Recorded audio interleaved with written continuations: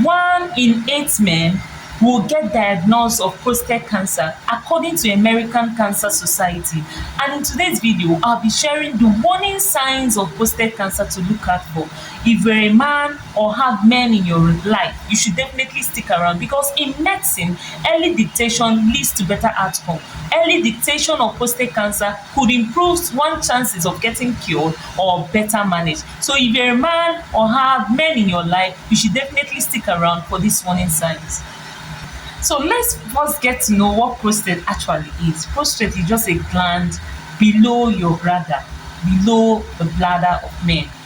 And what this prostate does is kind of related to what salivary gland does. Salivary gland produces saliva that keeps the mouth moist. What prostate gland does is to secrete fluid that lubricates sperm cells. Let me point out something before I proceed with illustrating what prostate is. A person without prostate can live healthy and fully.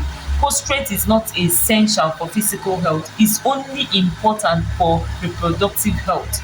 The key role prostate plays in male reproductive health is that it produces an enzyme, prostate specific antigen, and that's what is measured in the lab to shake a man's risk for prostate cancer. So what this enzyme does is to make the semen thinner and fluidy in a way that it could transport the sperm cell down the urethra during ejaculation and transport it in the female body to meet the egg and fertilize it. That's basically the role prostate plays in a man's body.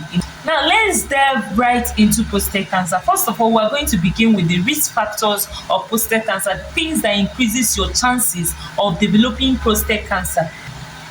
Number one is age. If you are older than 50 years of age, your chances of developing prostate cancer increases.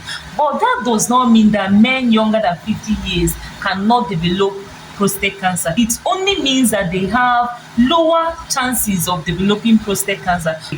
My advice to men is, if you are 40 or older than 40, please go and do prostate cancer screening as soon as possible. I know a guy who got diagnosed with prostate cancer in his late 40s. He has not clocked for 50 yet when he got a diagnosis of prostate cancer. And that diagnosis came when he was already having severe symptoms. So these things are better detected in time than when they are already late. So if you're a guy over 40 years of age, go and screen yourself for prostate cancer. It's better to spend that money than allow yourself come down with prostate cancer before you start doing something about your health, because you are definitely going to spend more money when you get diagnosed of prostate cancer. So invest in your health and get a proper checkup for prostate cancer today, or schedule to do it later this week.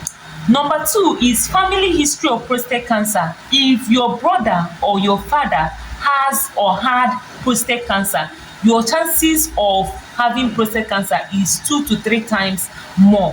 The third risk factor for this is obesity. If you're obese, if you're overweight, your chances of having prostate cancer increases. Then the last one is unhealthy lifestyle. If you don't move well, if you don't eat well, and if you smoke, you increase your chances of having prostate cancer. Now let's delve right into the warning signs of prostate cancer to look out for. Number one is difficulty urinating. Normally, urine flows freely from the urethra, but due to the prostate cancer mass pressing on the bladder, you might find it difficult to urinate.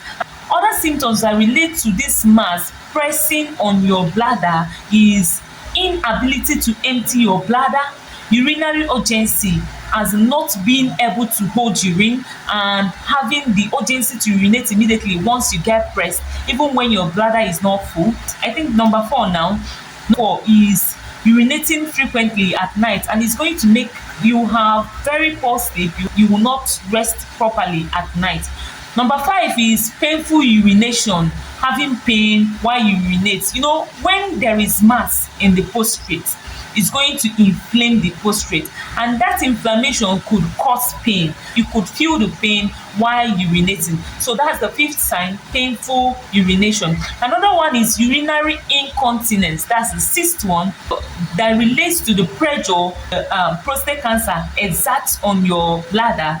And this urinary incontinence is lack of bladder control, your inability to control bladder movement, and it could lead to the person urinating on his body.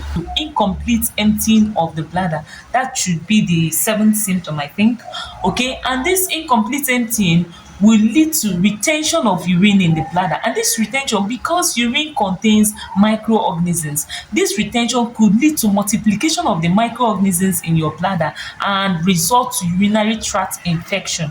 And some people manage this with antibiotics, but it's better to get a proper diagnosis of your condition than drinking drugs incessantly. The eighth one is blood in urine. This is also caused by inflammation of the prostate. Number 9 is pain after ejaculation. It might hurt when you ejaculate during sex. Number 10 and 11 is lower back pain and numbness of the feet and the leg. As prostate cancer progresses, it could lead to lower back pain and numbness in the leg and in the feet.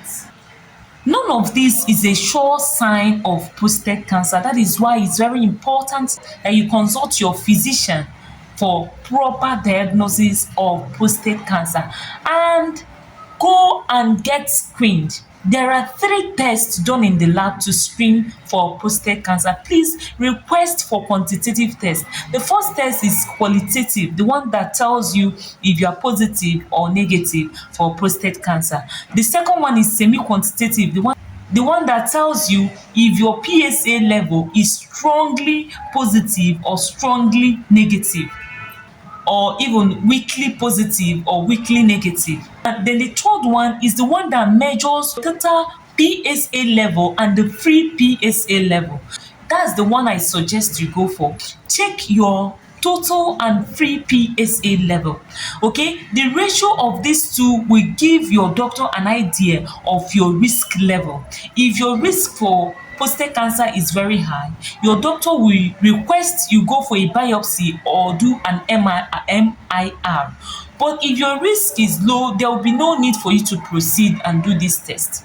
Okay, so it is very important that you go to the lab today, tomorrow, next tomorrow, schedule to do it this week unfailingly, and get a proper screening for prostate cancer. Know your risk level. Okay, if you are at risk, early intervention is very key to preventing fatal outcome in medicine, especially in managing cancer cases. So dictating in time that you have prostate cancer or that you have a higher chances of developing prostate cancer today will save you a nightmare of living with prostate cancer. I hope this video helps someone today.